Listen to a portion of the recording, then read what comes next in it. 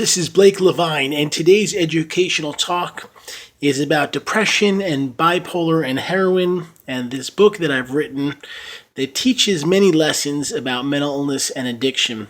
And the inspiration for writing this book is the picture you see on the cover. That's my brother, Adam Wachtel. And he was an amazing human being, always warm, friendly, kind, loving. And sadly, he faced addiction issues. It started with alcohol and marijuana in high school.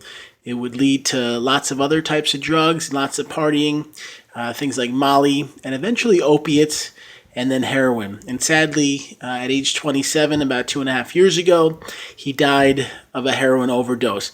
And not only is it hard to lose your brother, but I think that for anyone impacted by mental illness and addiction, there's some things that have really impacted my own journey. I live with bipolar 1 disorder, as well as those I've helped, because over many years I've had the opportunity to be a sober coach, worked at a rehab helping others with addiction, and I think there are some key ways that when you live with a mental illness and addiction, you have to look at life. And the first step I want to talk about is having faith. So a lot of things like Alcoholics Anonymous and Narcotics Anonymous, they talk about having help from a higher power. And I've heard many say that it helps them. And in my own life, this has been a big way to get stronger and healthier, because when you are mentally ill, when your brain doesn't function like everybody else's, when you have thoughts that are difficult or times that are tough, you can feel really upset. You can feel isolated, alone, nervous, fearful, wondering if your future will be bright. And then you can search for things. So you might try to drink a lot of alcohol, hoping it'll numb your emotions. You may start smoking pot, marijuana, saying, hey, getting high helps me to release my feelings. You may go into other drugs like cocaine, ecstasy, and even heroin. But sadly, all those things are a dark, negative place that will not, in the long run, help you. So the question is, what can you search for when you are feeling sad, when you are upset, when you don't know how to get through another day? What can you do?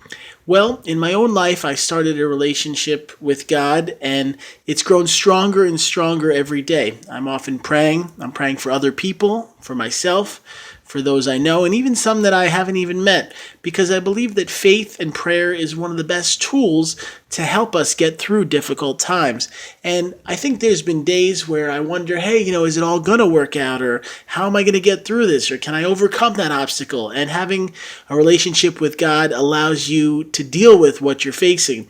And in my own life, there's been some really difficult days. Times I said, I don't know if I can pay my bills this month, or I'm not sure if I can handle all the stress and pressure I'm under. And when my brother died, I don't know if I can handle not having him ever again, and that he's dead, and that I have to face that he's gone for the rest of my life. But having a relationship with God, it was the one thing that I could hold on to. It could allow me to feel stronger. It gave me a connection with optimism, with hope, with love. I knew that even if other people didn't like me or thought I wasn't a good person, that I don't need their approval, that God is the only one who has an opinion that really matters. And then I started to think of material things, right? If I didn't have as much money as I wanted, or as nice of a car, or as fancy a house, maybe it didn't matter to God, and maybe God didn't want me to have them at this time. And then I started to focus on what God does want for me. And I realized that being calm and happy and peaceful is a very important piece of a happy life. I learned that helping others, sharing my knowledge and listening and teaching and working to help anyone facing mental illness or addiction is a valuable thing that many would benefit from. And I realized that God does have a purpose for my life and for all of our lives. And I believe that if you've been facing a hard time, maybe things are tough, maybe you're struggling, maybe you don't know how you can get through whatever's on your plate, remember that God loves you, believes in you, and that He can help you through anything that you face. And this book is a great guide to help anyone with mental illness and addiction. A lot of it talks about faith, shares other people's stories who had mental illness and addiction. And number one, the main goal is that when you finish reading this, there's some hope, because as much as it's hard and dark that my own brother, who you see pictured, is dead, that doesn't have to be the outcome for your loved one or you. There can be a brighter, more optimistic, positive future, and I pray that for everyone watching this, that happens for you. You can find this book on Amazon or Barnes & Noble. Just type in depression, bipolar, and heroin, and I'll put the link in the video. You have an awesome day. Thanks.